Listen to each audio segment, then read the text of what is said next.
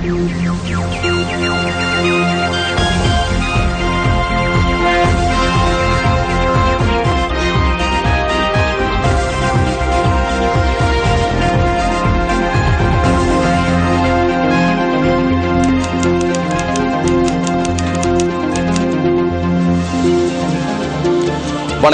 நீங்கள் இணைந்து கொள்வது இலங்கையின் முதற்தர செய்தி வழங்குனர் நியூஸ் ஃபர்ஸ்டின் பிரதான செய்திகளோடு. முதலில் எங்களுடைய அவதானம் தலைப்புச் செய்திகளுக்கு. முன்னாள் அமைச்சர் ஜான்ஸ்டன் பெர்னாண்டோவுக்கு பிணை. 2012ஆம் ஆண்டு கொட்டகத்தன பகுதியில் இடம்பெற்ற தாய் மற்றும் மகளின் கொலை சம்பவத்துடன் தொடர்புடையதாக சந்தேகிக்கப்பட்ட மூவரும் விடுதலை. பிரதமருக்கு எதிராக நம்பிக்கையில்லா பிரேரணை 9ஆம் தேதி பாராளுமன்றத்தில் சமர்ப்பிப்பதாக எதிர்க்கட்சி தெரிவிப்பு.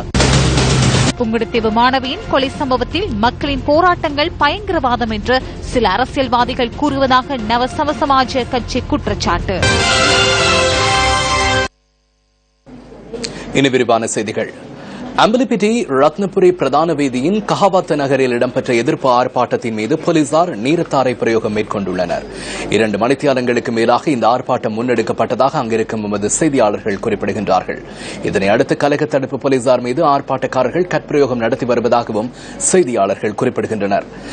இந்த விடயம் தொடர்பாக மேலதிகமாக அறிந்து கொள்வதற்காக அந்த இடத்தில் இருக்கும் நமது அலுவலக செய்தியாளர் லோகேஸ்வர கணேஷ் அவர்களை தற்போது நாங்கள் இணைத்துக் கொள்கின்றோம். வணக்கம் கணேஷ்.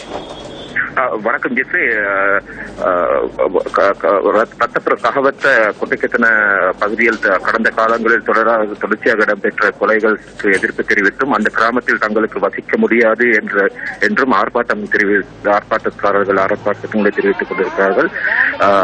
இந்த ஆர்ப்பாட்டம் ரத்னபுர அம்பிலிபிட்டிய வீதியில் கஹவத்த நகர மத்தியில் தான் இடம்பெற்றுக் கொண்டிருக்கின்றது. இப்ப 5 மணியிலிருந்து இந்த ஆர்ப்பாட்டம் தொடர்ச்சியாக இடம்பெற்றுக் கொண்டிருக்கின்றது.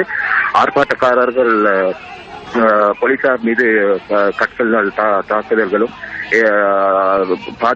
பாதை வாகனங்கள் செல்ல விடாமல் பாதையை மறைத்துக் கொண்டு ஆர்ப்பாட்டங்களை நடத்தி கொண்டிருக்கிறார்கள். போலீசாரும் அவர்கள் நீர்த்தாரை எரிந்து இந்த ஆர்ப்பாட்டக்காரருக்கு நீர்த்தாரை வீசி அந்த ஆர்ப்பாட்டத்தை நிப்பாட்டுவதற்கு முயற்சிகள் எடுத்தாலும் ஆர்ப்பாட்டக்காரர்கள் அதனால் கழிக்கவில்லை. அவர்கள் தொடர்ந்து போலீசார் மீது கற்களை எறிந்து தற்போது போலீசார் பின்வாங்கி இருக்கிறார்கள். தொடர்ந்து ரத்னபுர அம்பிலிப்பிட்டிய வீதி தொடர்ந்து 3 மணித்தியாலங்களாக சம்மீதம் அடைந்துள்ளது. அதேபோல் கஹவத் நகரம் முழுவதுமே கடைகள் அடைக்கப்பட்டு ஒரு ரணகலமாக மாறி இருக்கிறது காணக்கூடியதாக இருக்கின்றது. ஆர்ப்பாட்டக்காரர்கள் தொடர்ந்தும் வீதியின் நடுவில் டயர்களை எரித்து தங்கள் ஆர்ப்பாட்டங்களை தொடர்ந்தும் நடத்தி கொண்டிருக்கிறார்கள். முழுமையாக கஹவத் நகரில் வாகன போக்குவரத்து ஸ்தம்பிதம் அடைந்திருந்தது கிட்டத்தட்ட 3 மணித்தியாலங்களாக. நியூஸ் செய்திகளுக்காக லோகேஸ்வர கணேஷ், கஹவத் நகர மத்தியில் இருந்து.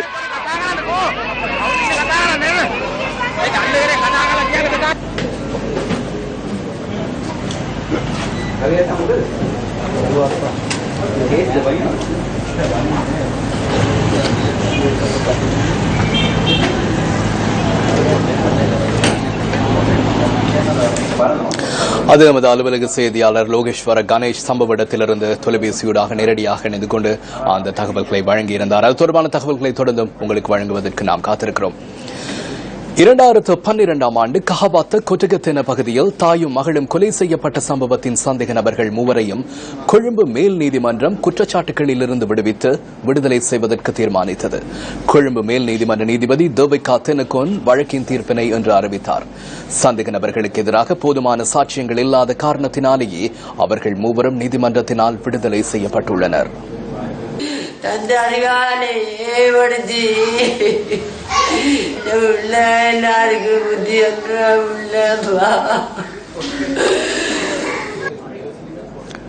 இது தனது மகனை இழந்த ஒரு தாயின் கதறல்.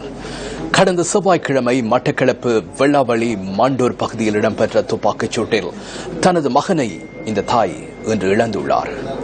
நல்லாட்சி நிலவுகின்ற இந்த கால பகுதியில் தனது மகன் யாரால் சுட்டுக் கொல்லப்பட்டான் என்பதே இந்த தாயின் கேள்விக்குறியாகியுள்ளது. சமாதானம் இருந்து இப்ப எல்லாரும் சகஜமா வாழ்றோம். அப்படி இருக்க ஆயுதத்தோட வந்து எங்க பிள்ளைய எப்படி செய்யறதுக்கு அரசாங்கம் இதுக்கு தக்கன நடவடிக்கை எடுத்து காட்டணும். எல்லா வழியிலையும் தேடி என்ற பிள்ளைய செய்தவனுக்குரிய தண்டனையை வழங்கணும். என்ற பிள்ளை செய்தவனையும் காட்டி தரணும்.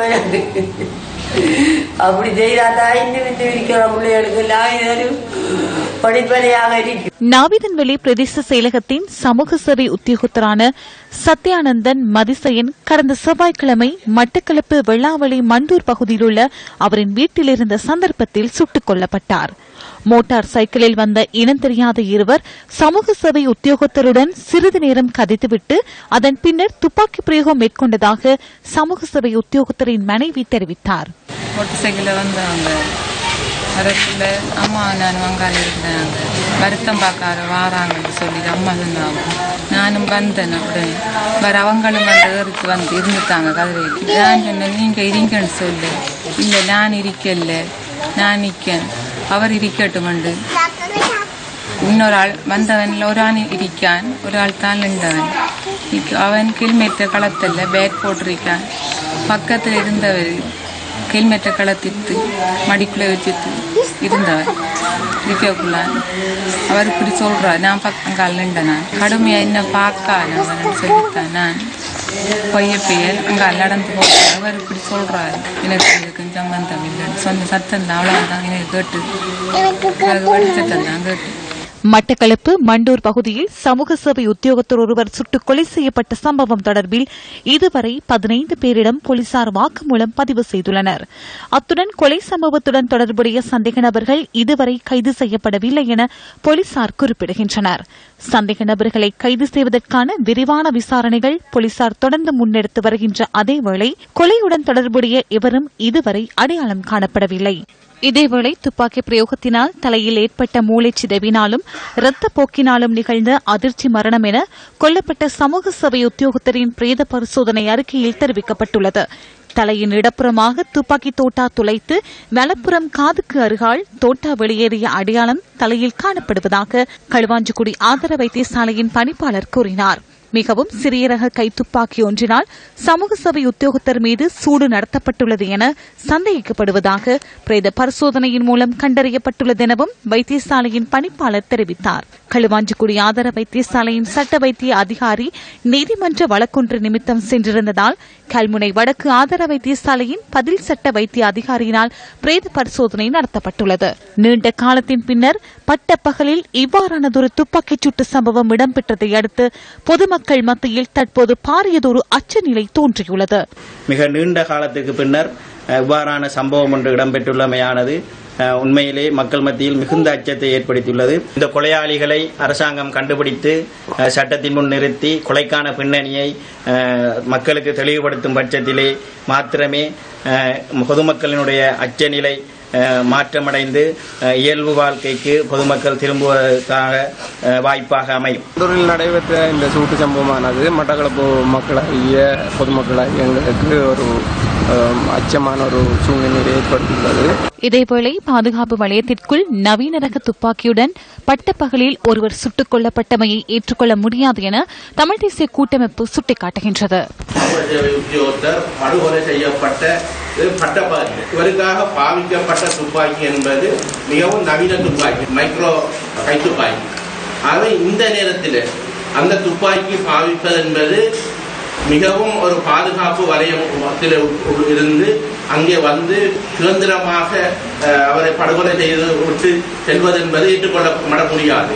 ஒரு துப்பாக்கி பாவிக்கப்பட்டு ஒரு அரசாங்க உத்தியோகத்தர் ஒரு வீட்டிலே சென்று படுகொலை செய்யப்பட்டிருக்கிறார். கைத்துப்பாக்கியில் பயன்படுத்தப்படுவதன் காரணமாக மீண்டும் வேறொரு சாயத்தை வடக்கு கிழக்கிலே பூசி அது இயல்பு வாழ்க்கையை பாதிக்கும் வகையில் நடவடிக்கையை மேற்கொள்ளும் மக்களை அச்சுறுத்துகின்ற நடவடிக்கையை ஏற்படுத்துவதற்கு இது ஏதுவாக அமையக்கூடியதாக இருக்கலாம். கிழக்கு மாகாணத்திலே நீண்ட காலத்துக்கு பின் கைத்துப்பாக்கி பயன்படுத்தப்பட்டிருக்கிறது. ஆகவே இது பாரிய அச்சுறுத்தலாக இருக்கின்றது. ஒரு அரசு உத்தியோகத்தர் மீது இந்த செயற்பாடு நடைபெற்றிருக்கின்றது. எங்கள் மக்கள் மத்தியிலே அச்சநிலையை தோற்றுவித்துக் கொண்டிருக்கிறது. இந்த அச்சத்தை களைய வேண்டிய கடமை அரசாங்கத்துக்கு இருக்கிறது. தற்போதும் நிறைய புலனாய்வு பிரிவினர்கள் மாவட்டத்திலே குவிக்கப்பட்டிருக்கிறார்கள்.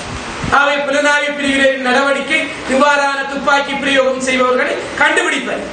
அவை அவர்கள் அவ்வாறு குவிக்கப்பட்டிருக்கும் நிலையில் இவ்வாறான சம்பவத்தை அவர்கள் கண்டுபிடிக்க தவறினால் அவர்கள் இங்கிருந்து வேலை இல்லை. அவர்கள் கடந்த காலங்களில் எங்களுக்கு அச்சுறுத்தலாக இருந்தார்கள். கைத்துப்பாக்கி சமூகத்திற்கு வந்துவிட்டது. நவீன கைத்துப்பாக்கி அவை எங்கிருந்து வந்தது, இது யார் பிரயோகித்தார்கள், இது எப்படி வந்தது என்றெல்லாம் அறிய வேண்டிய சூழல் இருக்கிறது.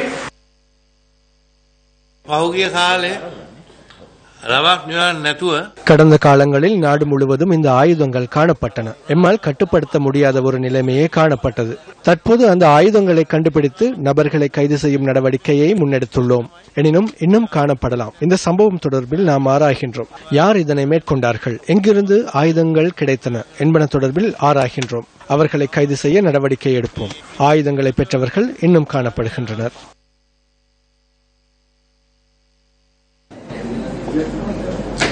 யாழ் புங்குடுதீவில் வன்புணர்வுக்குட்படுத்தப்பட்டு கொலை செய்யப்பட்ட மாணவி வித்யாவுக்கு இன்று புத்தளம் ஒற்றைப்பனை ரோமன் கத்தோலிக்க தமிழ் வித்தியாலய மாணவர்களினால் மௌன அஞ்சலி செலுத்தப்பட்டது. புத்தளம் கல்வி வலயத்திற்குட்பட்ட ஒற்றைப்பனை ரோமன் கத்தோலிக்க தமிழ் வித்தியாலய மாணவர்கள் மெழுகுவர்த்தி ஏற்றி மௌன அஞ்சலி செலுத்தியிருந்தனர். இன்று காலை 7:30 முதல் 8 மணி வரை பாடசாலையின் மைதானத்தில் நடைபெற்ற காலை கூட்டத்தினை அடுத்து மெழுகுவர்த்தி ஏற்றி வித்யாவிற்கு மாணவர்கள் மௌன அஞ்சலி செலுத்தினர். இதேவேளை வித்யாவை வன்புணர்வுக்குட்படுத்தி கொலை செய்த கயவர்களுக்கான தண்டனையை வலுப்பெறச் செய்ய வேண்டும் என நாட்டின் பல்வேறு பகுதிகளிலும் உள்ள மக்கள் வலியுறுத்தி வருகின்றனர். வரும் காலங்களிலே குற்றத்தை குறைப்பதை விட குற்றத்தை தடுப்பதற்கு மேற்கொள்ளப்படுவதே அவசியம். சமூகத்தோட ஒன்றிணையாத வண்ணம், அதாவது ஒரு நேர உணவிற்கு கூட சமூகத்திடம் கையேந்தி நிற்பதற்கு இவர்களை அவ்வாறான ஒரு தண்டனை வழங்கி, அதாவது அங்கவீனப்படுத்தப்பட்டு ஒரு தண்டனை வழங்க வேண்டும். காட்டு மிராண்டித்தனமாக செயல்படுகின்றவர்களுக்கு உடனடியாக தண்டனை, அதுவும் மரண தண்டனை விதிக்க வேண்டும் என்பது மக்களுடைய கருத்தும் எங்களுடைய எதிர்பார்ப்பாகவும் இருக்கின்றது. குற்றவாளிகள் உண்மையாக குற்றவாளிகளாக கருதப்பட்டு உண்மையாக அந்த குற்றத்தை செய்திருந்தால் இவர்களுக்கு மரண தண்டனை தவிர வேறு தண்டனை வழங்குவதற்கான வழி இல்லை. மரண தண்டனை கட்டாயம் வழங்கப்பட வேண்டும் என்பது எமது கருத்து. சரியான தண்டனை வழங்குவதன் மூலமாகத்தான் நாட்டை திருத்த முடியுமே தவிர மன்னிப்பு வழங்குவதன் மூலமாக இப்படியான கொலைகளை அல்லது இப்படியான தவறுகளை திருத்த முடியாது என்பது எமது கருத்து.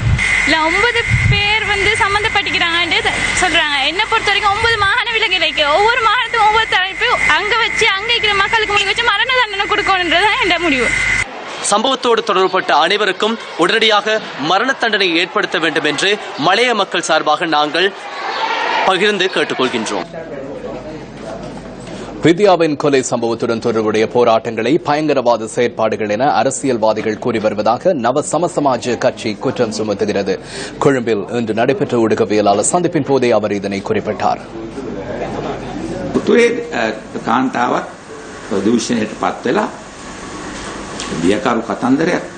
வடக்கில் பெண் ஒருவரை துஷ்பிரயோகத்திற்கு உட்படுத்தினர். இதன்போது மக்கள் கிளர்ந்தெழுந்தார்கள். அந்த மக்கள் வீதிக்கிறங்கினார்கள். அவர்கள் வீதிக்கிறங்கியது அச்சுறுத்தலான விடயம் என்று கூறுகின்றனர். இது புலிகளின் தேவைக்காக வீதிக்கு இறங்குகின்றார்கள், இது பயங்கரவாதிகள் என்று கூறுகின்றார்கள். இது புலிகளின் கிளர்ச்சி என ஏன் கூறினீர்கள் என்று விமல் வீரவன்சவிடம் கேட்கின்றேன்.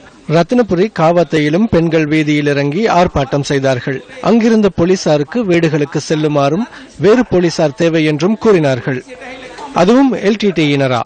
வடக்கில் வசந்தம் ஏற்பட்டிருக்கின்றது என்பது தெளிவாக தெரிகின்றது. வடக்கு மக்களுக்கு சுதந்திரம் கிடைத்திருக்கின்றது. அதனால் அவர்கள் சுதந்திரமாக வெளியே வந்தார்கள். துப்பாக்கியால் சுடுவதாக இருந்தாலும் குண்டு வைப்பதாக இருந்தாலும் வீதிக்கு இறங்க மாட்டார்கள். இதை வைத்துக் கொண்டு புலிகள் என்று கூற முடியாது. விமலுக்கு புதுமையான கனவுகள் தென்படுகின்றன. மக்களுக்கு இவ்வாறு சுதந்திரம் இருந்திருந்தால் புலிகள் வந்திருக்க மாட்டார்கள். சுதந்திரம் இல்லாமையால் தான் புலிகள் வந்தார்கள். அவர்களின் உள்ளங்களில் உள்ள விடயங்கள், அபிப்பிராயங்கள், கருத்துகள் என்பவற்றை வெளியிட முடியாததன் காரணமாகத்தான் ஆயுத போராட்டத்திற்கு செல்ல வேண்டும் என்று கூறியவரை மக்கள் ஏற்றுக்கொண்டார்கள். நாம் எதை செய்தாலும் பலனில்லை, எனவே ஆயுத குழுக்கள் உருவாக வேண்டும் என்று கூறினார்கள். இதே போன்றுதான் இலங்கையிலும் தென்னாப்பிரிக்காவிலும் இடம்பெறுகின்றது.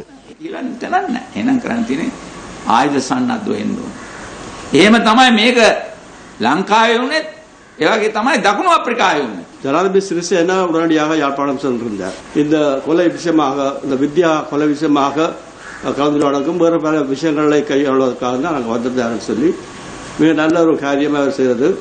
ஆனால் இப்பொழுது ஜனவரி 8ஆம் தேதிக்கு பின்பு ஒரு அளவுக்கு குறிப்பிடத்தக்க அளவுக்கு இனவாதத்தை பின்வாங்கும் நடவடிக்கையில் மைத்ரிபால சிறிசேன ஈடுபட்டுவது மிக வரவேற்கத்தக்க காரியம்.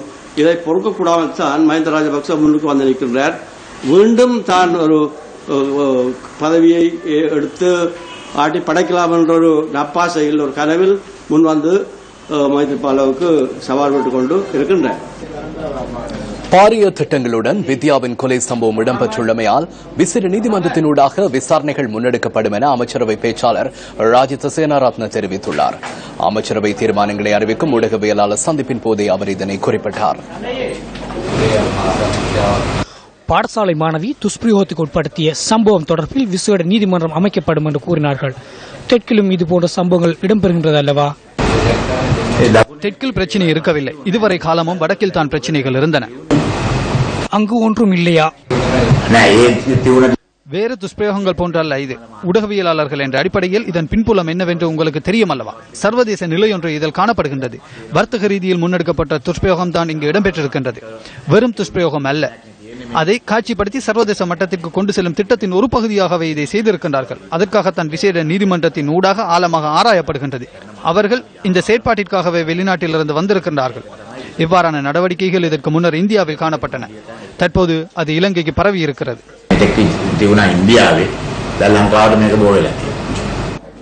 யாழ்ப்பாணம் மானிப்பாயில் உள்ள தன்னுடைய வீட்டை அரசியல் கட்சி ஒன்று அபகரித்துக் கொண்டுள்ளதாக குறிப்பிடும் வீட்டு உரிமையாளர் தனது வீட்டினை விடுவிக்குமாறு கோரிக்கை விடுத்துள்ளார். இதற்கு முக்கிய காரணம் தமிழ் ஆயுத குழுக்கள். இவர்களின் இந்த தமிழ் ஆயுத குழுக்கள் தான் தொடர்ந்து அந்த பிரதேசத்தில் தான் வந்து கொண்டிருக்கின்றது. பாருங்கள், வேறு எந்த பிரதேசத்திலும் இப்படியான இதுகள் இருக்கின்றதா? இந்த தமிழ் ஆயுத குழுக்களை முற்றாக ஒழிக்க வேண்டும். இன்று மட்டும் இவர்கள் ஒழிக்கவில்லை. இந்த அரசாங்கம் வந்து உடனடியாக இந்த தமிழ் ஆயுத குழுக்களை யாழ் மாவட்டத்தில் இருந்து வெளியேற்ற வேண்டும். இல்லையா நாங்கள் இன்னும் இந்த தொடர்ந்து பாரிய பிரச்சனை மேற்கொள்ள வேண்டும். போர் நிறுத்த காலத்தில் இபிடிபி யாழ்ப்பாணத்துக்கு வந்த ஆரம்பத்தில் ஒரு நாள் ஒரு 15-20 இபிடிபிக்காரரும் திருலோநாதன் வள்ளுவன் இவையெல்லாம் போக்கோட வந்து என்ன கேட்டுன்னு துறப்பட்டு அரங்க எங்களுக்கு காரியாலயம் நடத்தி துறப்பு வேணும். அப்போ எங்களுக்கு அந்த நேரத்தில் பயம், எங்களுக்கு ஒன்றும் செய்யலாது. நாங்கள் துறப்ப கொடுத்துட்டோம். அதே தங்கண்ட ஆட்சியில் வச்சு கொண்டு இருக்கணும். மானிப்பா போலீஸுக்கு 100 தரம் போயிருப்பேன். ஒரு 20 தரத்துக்கிட்ட வாக்குமூலம் கொடுத்துருக்கேன். ராஜபக்சாக்கு நான் காகிதம் இதை பற்றி அறிவிச்சேன்னா அப்ப இவர் ஒரு கேபினட் மினிஸ்டரா இருக்கிறார். வீட்டா பாடையட்டான்னு கேட்டா சுடுவோம் என்று சொல்லுவேன், பயப்படுத்தினோம். 10 தரம் வாக்குமூலம் கொடுத்த பிறகு எஸ்எஸ்பி விமலரட்னாயின் ஒரு நாள் அங்க வரை சொல்லி கூப்பிடுறாரு. உங்களோட வீட பைபோஸா எடுத்து வச்சு கிரிமினல் நாங்கள் ஒன்றும் செய்ய இயலாது. ஏனென்றா நாங்கள் அரசியல்ல மாட்டுப்பட்டு இருக்கிறோம். அப்படி எனக்கு நாளைக்கு டிரான்ஸ்பர்மா இல்லாட்ட ப்ரமோஷன் டிஃபர் பண்ணப்படும். ஏதேனும் எனக்கு நடக்கும். அது உங்களுக்கு விருப்பம். நீங்கள் இது ஒரே ஒரு வழி உங்களுக்கு இருக்கிப்ப நீங்கள் யாரோ ஒரு எம்பி மேல பிடிச்சி பார்லிமெண்ட்ல கதையுங்க. அப்ப நான் சொன்னேன், எங்கண்ட எம்பி மேல நம்ப இயலாது. நான் போய் சரவணபவானோட கதைக்க சரவணபவான சொன்னது வீட்டை உறுதியை தண்டை பேரில் எழுதிவிட சொல்லி தான் அப்படி என்றால் வழக்கு போட்டு எடுக்கலாம். இதுதான் எங்க நிலப்பாடு. அவருக்கு எஸ்எஸ்பிக்கு சொல்லி போட்டு எங்கண்ட எம்பி மேர் வீடு ஆமி எடுத்த வீட்டை வாங்கி கொடுக்கணும். சோகக்கு முன்னாள் எடுத்த வீட்டை எங்களுக்கு வாங்கி தர முடியாம இருக்கு எங்கண்ட எம்பி மேர். ஆனால் ஆமி முதல் கொண்டு தாங்கள் எடுத்த வீட்டை விட்டுட்டு போயிடும். அரசாங்கம் விடுது. இந்த விடயம் தொடர்பில் பார்லிமெண்ட் உறுப்பினர் முருகேசு சந்திரகுமாரை தொடர்பு கொண்டு நியூஸ் ஃபர்ஸ்ட் வினவியது. இதன்போது கருத்து தெரிவித்த பார்லிமெண்ட் உறுப்பினர் இந்த விடயம் தொடர்பில் தனக்கு எதுவும் தெரியாது என குறிப்பிட்டதுடன் இது தொடர்பில் ஆராய்ந்து பின்னர் தெரிவிப்பதாகவும் கூறினார். ஜே.ஆர். ஜெயவர்தன கேந்திர நிலையத்துக்கு ஜனாதிபதி மைத்ரிபால சிறிசேன இன்று சென்றிருந்தார். ஜனாதிபதி செயலகத்தின் கீழ் இயங்கும் நிறுவனமான ஜே.ஆர். ஜெயவர்தன கேந்திர நிலையத்தை கண்காணிப்பதற்காக ஜனாதிபதி ஒருவர் 20 வருடங்களின் பின்னர் இவ்வாறு சென்றுள்ளதாக ஜனாதிபதி ஊடகப் பிரிவு தெரிவித்துள்ளது. தற்போதைய நிலைமைகளை அவதானித்த ஜனாதிபதி மைத்ரிபால சிறிசேன ஜே.ஆர். ஜெயவர்தன கேந்திர நிலையத்தின் நிர்வாகிகள் மற்றும் உறுப்பினர்களுடன் கலந்துரையாடினார்.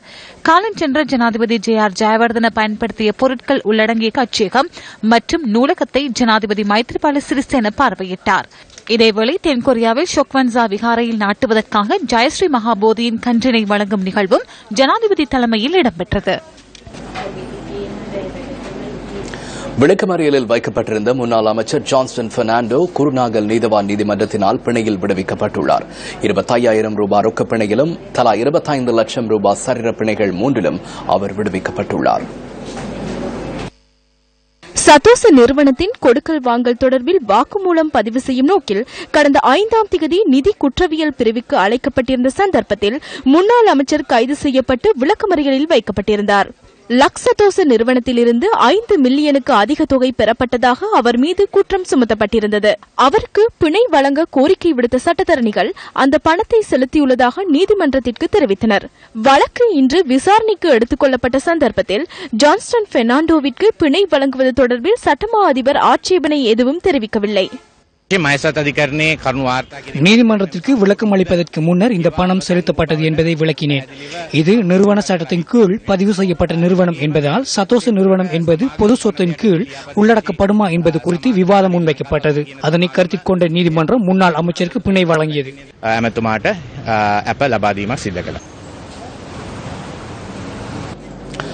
2012ஆம் ஆண்டு கஹாவத்த கொட்டகெத்தன பகுதியில் தாயும் மகளும் கொலை செய்யப்பட்ட சம்பவத்தின் சந்தேக நபர்கள் மூவரையும் கொழும்பு மேல் நீதிமன்றம் குற்றச்சாட்டுகளில் இருந்து விடுவித்து விடுதலை செய்வதற்கு தீர்மானித்தது. கொழும்பு மேல் நீதிமன்ற நீதிபதி தேவிகா தெனுகோன் வழக்கின் தீர்ப்பினை என்று அறிவித்தார். சந்தேக நபர்களுக்கு எதிராக போதுமான சாட்சியங்கள் இல்லாத காரணத்தினாலேயே அவர்கள் மூவரும் நீதிமன்றத்தில் விடுதலை செய்யப்பட்டுள்ளனர். கொட்டகெத்தன பகுதியில் 2012ஆம் ஆண்டு ஜூலை 19ஆம் தேதி அதிகாலை வீடொன்றினில் இருந்து 2 சடலங்கள் மீட்கப்பட்டிருந்தன. வீட்டில் தங்கியிருந்த 63 வயதான தாயொருவரும் அவரின் 30 வயதான மகளும் உயிரிழந்த நிலையில் மீட்கப்பட்டிருந்தனர். இந்த இரட்டை கொலை தொடர்பான விசாரணைகளை மேற்கொண்டு போலீசார் 3 பிரதிவாதிகளுக்கு எதிராக கொழும்பு மேல் நீதிமன்றத்தில் வழக்கு தாக்கல் செய்திருந்தனர். போலீசார் குறிப்பிடும் பிரிவினூடாக தேவையின் பிரகாரம் நபர்களை இந்த வழக்கில் இணைத்து அவர்கள் எதிர்பார்த்த நிலைமையை பிரதிவாதிகள் மூலம் தெளிவாக வெளிக்கொணர்வதற்கு நீதிமன்றத்தினால் முடியும். அவர்கள் முற்றுமுழுதாக அப்பாவியான மூவர் மீது குற்றங்களை தாக்கல் செய்திருந்தனர் என்பதனை நிரூபிக்க முடிந்தது. கவலைக்கிடமான இந்த சம்பவத்தின் உண்மையான பிரதிவாதி தற்போது உயிருடன் இல்லை. அது தொடர்பான சகல விடயங்களையும் போலீசார் மூடிமறைத்து இந்த நிலைமையை தோற்றுவித்துள்ளமை குறித்து பிரதிவாதிகள் சார்பாக நாம் தெளிவாக எடுத்துக் கூறினோம். டிஎன்ஏ ஆதாரங்களின் பிரகாரம் 6 பெண்களின் கொலைகளில் ஒரேயொரு நபரே தொடர்பு பட்டுள்ளார் என்பது மாத்திரமன்றி இந்த விடயம் தொடர்பான விசாரணைகளை மேற்கொண்ட குற்றப்புலனாய்வு பிரிவு போலீஸ் உத்தியோகத்தர்களின் தொலைபேசி உரையாடல் அறிக்கைகளை நான் சாட்சிக்காக கோரியிருந்தேன். பிரதிவாதிகள் கைது செய்யப்பட்ட தினமான 2012ஆம் ஆண்டின் அக்டோபர் 1ஆம் தேதி அவர்கள் கொழும்பின் தெமட்டகுட பகுதியிலேயே இருந்தார்கள் என்பதை நான் நீதிமன்றத்தில் நிரூபித்துள்ளேன். பத்திரிகையிலும் தொலைக்காட்சியிலும் போட்டு நாம் விடுதலை செய்யப்பட்ட விடயத்தை முழு நாட்டிற்கும் காண்பிக்குமாறு கேட்டுக்கொள்கிறோம்.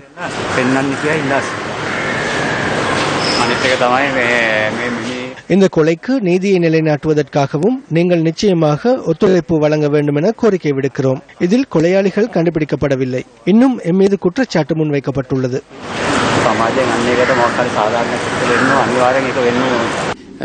விமர்சனேதி டிஎன்ஏ தாட்சணய விசாரணையின் போது டிஎன்ஏ தொழில்நுட்பத்தை பயன்படுத்தி முன்னெடுக்கப்பட்ட கொலை சம்பவங்கள் இருந்தன. அதன்போது சந்தேக நபர்கள் கைது செய்யப்பட்டு வழக்கு தொடரப்பட்டது. கொழும்பு மேல் நீதிமன்றம் வழங்கிய தீர்ப்புக்கு அமைவாக அவர்கள் மூவரும் விடுவிக்கப்பட்டுள்ளனர். விசாரணைகளின் போது சந்தேகங்கள் ஏற்படுமாயின் அதன் நன்மை பிரதிவாதிக்கு கிடைக்கும்.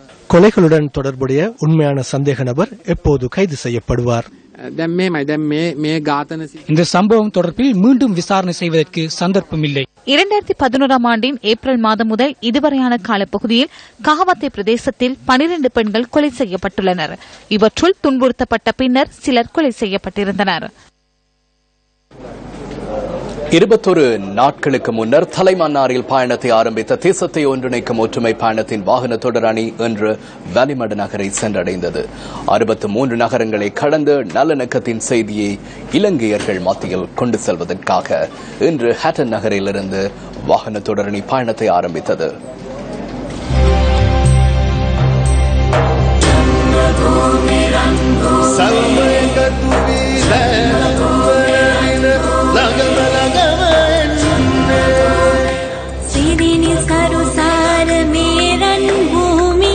இலங்கையின் ரம்யத்தை உலகிற்கு எடுத்துரைக்கும் மலையகத்தின் ஒரு நகரமான ஹட்டனுக்கு தேசத்தை ஒன்றிணைக்கும் ஒற்றுமை பயணத்தின் வாகன தொடரணி இன்று சென்றது.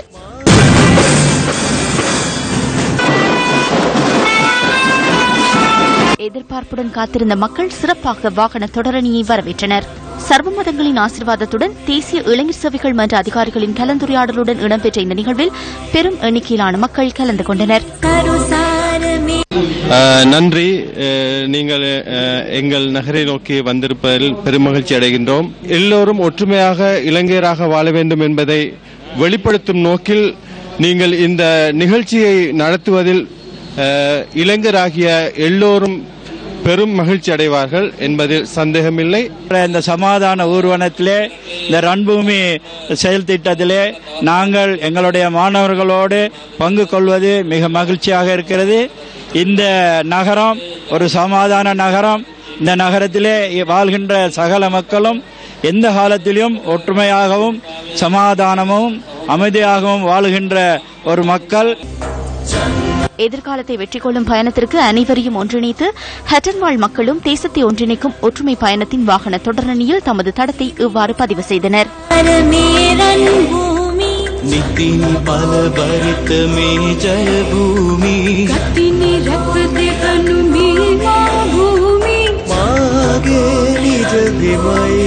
ஹட்டன் நிகழ்வின் பின்னர் தேசத்தை ஒன்றிணைக்கும் ஒற்றுமை பயணத்தின் வாகன தொடரணி நுவரெலியாவை நோக்கிய தனது பயணத்தை ஆரம்பித்தது.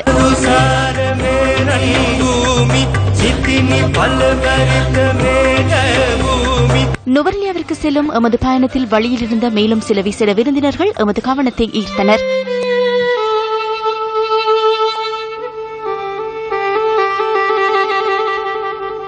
சிறுவர் இல்லத்தில் வாழும் இந்த சிறார்களும் தேசத்தை ஒன்றிணைக்கும் ஒற்றுமை பயணத்தில் கலந்து கொள்ள வேண்டும் என பராமரிப்பாளர்கள் தெரிவித்திருந்தனர்.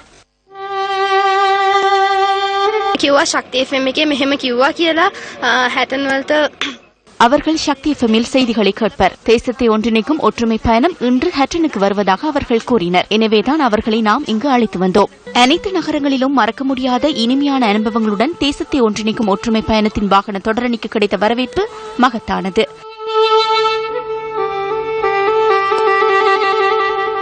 அதன் பின்னர் வாகன தொடரணி மீண்டும் நுவரெலியா நோக்கிய தனது பயணத்தை ஆரம்பித்தது.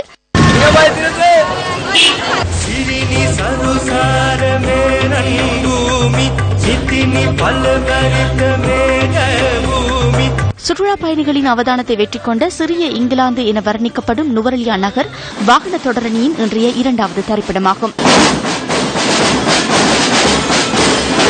சக்தி, சிரச, நியூஸ் ஃபர்ஸ்ட், கொழும்பு துறைமுக நகரம் மற்றும் தேசிய இளைஞர் சேவைகள் மன்றம் ஒன்றிணைந்து முன்னெடுக்கும் தேசத்தை ஒன்றிணைக்கும் ஒற்றுமை பயணத்தின் வாகன தொடரணியை வரவேற்பதற்கு நுவரெலியா மக்களும் தயாராகியிருந்தனர். நுவரெலியா நகரின் பெயரும் இவ்வாறு வாகன தொடரணியில் பதிக்கப்பட்டது.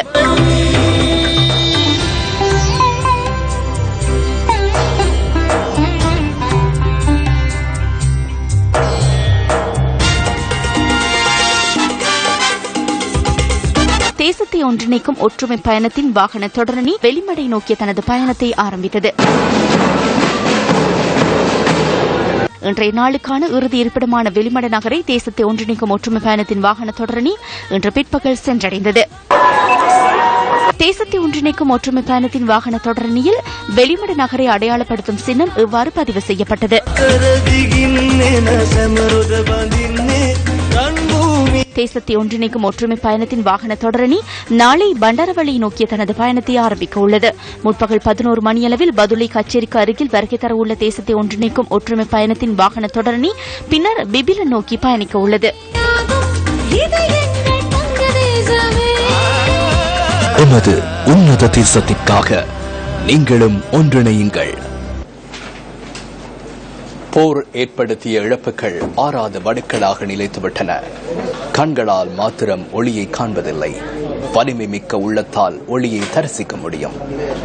போரில் அவயவங்களை இழந்து வாழும் பல்லாயிரக்கணக்கானவர்களில் வவுனியா ஐங்கரனும் ஒருவர். யாழ்ப்பாணம் காரைநகரை பூர்வீகமாக கொண்ட 34 வயதான ஜெகன் தற்போது வவுனியாவில் வசித்து வருகின்றார். போர்க்காலகட்டத்தில் கிளிநொச்சியில் வசித்த ஜெகன் இடம்பெயர்வுகளால் தொடர்ச்சியாக அலைந்து கொண்டிருந்தார். அப்போது ஜெகனின் குடும்பம் மாத்தலனில் வசித்தது. கோரமாக போர் நடந்து கொண்டிருந்தது. பசியால் அழுது கொண்டிருந்த குழந்தைக்கு பால்மா வாங்குவதற்காய் கடைக்கு சென்றார் ஜெகன். அங்கு வந்து வீழ்ந்த எரிகணை ஜெகனின் இரு கண்களையும் பறித்தது. வீடு திரும்ப முடியாமல் கண்களை இழந்து தவிக்க குழந்தை பசியால் துடித்த போது எதுவும் செய்ய முடியாதிருந்த அந்த பொழுதை மறக்க முடியாதென்கிறார் ஜெகன். ஒரு இடத்துக்கு போகணும்னு சொன்னால் நான் காலையில் ஒழும்பி விடிய காலையில் ஒழும்பி இந்த வெள்ள பிரம்போட நடையாக நடந்து ஒவ்வொரு வீடாக கேட்டு ஒவ்வொரு இடங்களாகத்தான் போக வேண்டிய எங்களுக்கு போக்குவரத்தில் சிரமங்கள், போக்குவரத்தில் கஷ்டங்கள், இனி சாப்பாடு பிரச்சனைகள். இன்று கதிரை பின்னும் தொழிலில் ஈடுபட்டு அந்த வருமானத்தில் தன் குடும்பத்தை கொண்டு நடத்துகின்றார் ஜெகன். பிளாஸ்டிக் கதிரைகளின் புழக்கத்தால் தற்போது தொழில் வாய்ப்பற்ற நிலை தோன்றியிருப்பதாகவும் ஜெகன் கூறுகின்றார். நான் ஒரு கணனியை பயின்று அந்த கணனி மூலம் சில டைப் பண்ணக்கூடிய விஷயங்களையும் சிடி டைப் பண்ணி விற்கக்கூடிய விஷயங்களையும் இந்தியாவில் அந்த சிடி ஒன்று இருக்காம், அந்த ப்ரோக்ராம் சிடி வில்லு போட்டு சாமான்களை கணிப்பிட்டு எழுதக்கூடியதும் கொள்வனவு பர்ச்சேஸ் அதுகளை பார்க்கக்கூடிய கணக்கு வழக்கையும் நாங்களே நடப்படுத்தலாம் என்று அந்த பயிற்சி இருக்கு.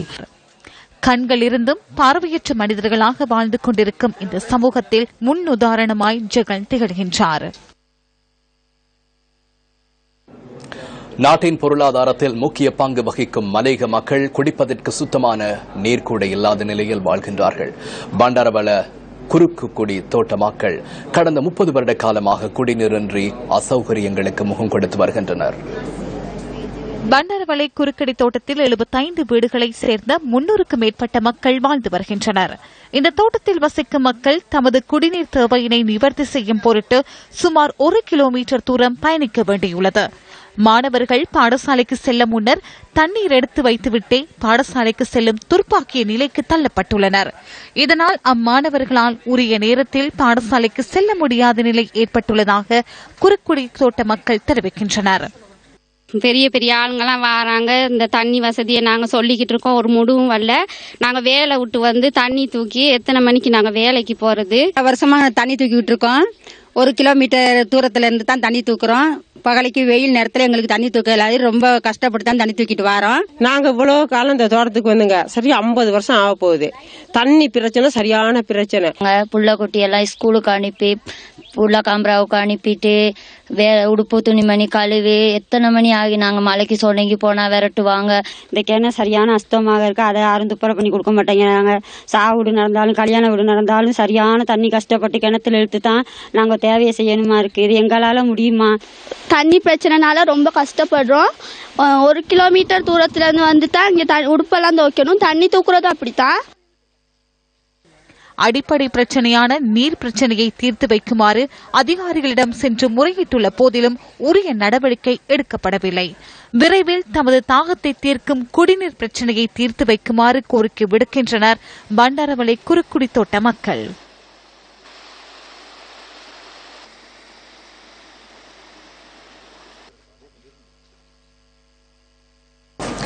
அரசாங்கம் மற்றும் பிரதமருக்கு எதிராக நம்பிக்கையில்லா பிரேரணையை 9ஆம் தேதி பாராளுமன்றத்தில் கொண்டுவர உள்ளதாக ஐக்கிய மக்கள் சுதந்திர கூட்டமைப்பின் பாராளுமன்ற உறுப்பினர் மஹிந்தானந்த அலுத்கமகே என்று தெரிவித்தார்.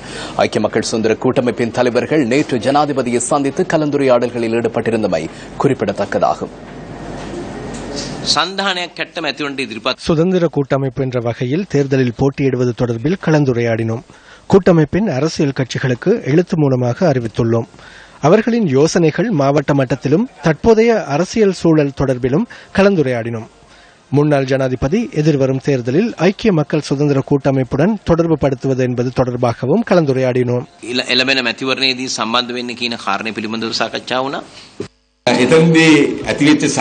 அதன்போது இடம்பெற்ற கலந்துரையாடலின் பலனாக இன்று காலை அனைவரும் மஹிந்தவை சந்தித்தோம். இந்த கலந்துரையாடல் முக்கியமானதொன்றாகும். ஒத்துழைப்புகளை எவ்வாறு பெற்றுக்கொள்வது போன்ற விடயங்கள் தொடர்பில் கலந்துரையாடினோம். இதேவேளை எதிர்வரும் 9ஆம் தேதி முன்வைக்கவுள்ள நம்பிக்கையில்லா பிரேரணைக்கு 85 உறுப்பினர்கள் கைச்சாத்திட்டுள்ளதாக இதன்போது மஹிந்தானந்த அலுத்கமகே தெரிவித்தார். அரசாங்கம் மற்றும் பிரதமருக்கு எதிராக நம்பிக்கையில்லா பிரேரணையை ஜூன் மாதம் 9ஆம் தேதி சமர்ப்பிக்க உத்தேசித்துள்ளோம். பாராளுமன்ற உறுப்பினர்கள் 85 பேர் நேற்றிரவு வரையில் கைச்சாத்திட்டுள்ளனர். சபாநாயகருக்கு இதனை கையளிக்க உள்ளோம். இதன் பின்னர் பிரதமர் பதவியை எமக்கு வழங்க வேண்டும் அல்லது பாராளுமன்றத்தை கலைக்க வேண்டிய நிலையே ஜனாதிபதிக்கு ஏற்படும். விமல் வீரவன்ச மற்றும் தினேஷ் குணவர்த்தன போன்ற வெளியில் இருந்து வந்தவர்கள் ஸ்ரீலங்கா சுதந்திர கட்சியை பெற்றுக்கொண்டு மஹிந்த ராஜபக்சவின் பாசிச சக்திகளுக்காக பேசுகின்றனர். ஜனாதிபதி பாராளுமன்றத்தை கருணையின் காரணமாகவே கலைக்கவில்லை. இல்லை என்றால் தேர்தலுக்காக கலைத்திருப்பார். அவ்வாறு செய்யாததால் இன்று வந்து பலரும் பேசுகின்றனர். மக்கள் ஆணையை புறம் தள்ளிவிட்டு இவ்வாறு செயற்பட முடியாது. බලහත්කාරයෙන් ඒවා මේවා කරන්න බෑ.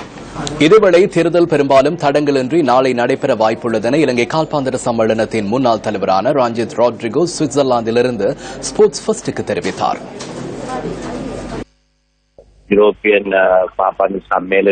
தேர்தலை பிற்போடுமாறு ஐரோப்பிய கால்பந்தாட்ட சம்மேளனம் கோரியுள்ளது. என்றாலும் அது நடக்காது. நாளை திட்டமிட்டபடி சட்ட பிரகாரம் தேர்தல் நடைபெறும். தேர்தலில் 209 பேர் வாக்களிக்க உள்ளனர். அதில் இலங்கை சார்பாக நான் வாக்களிக்க இருக்கிறேன். முதல் சுற்றிலேயே சிப் பிளேட்டர் வெற்றி பெறுவார் என்று நான் நினைக்கிறேன்.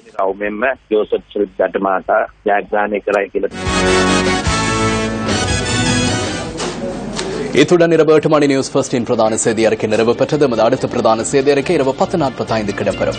வணக்கம்.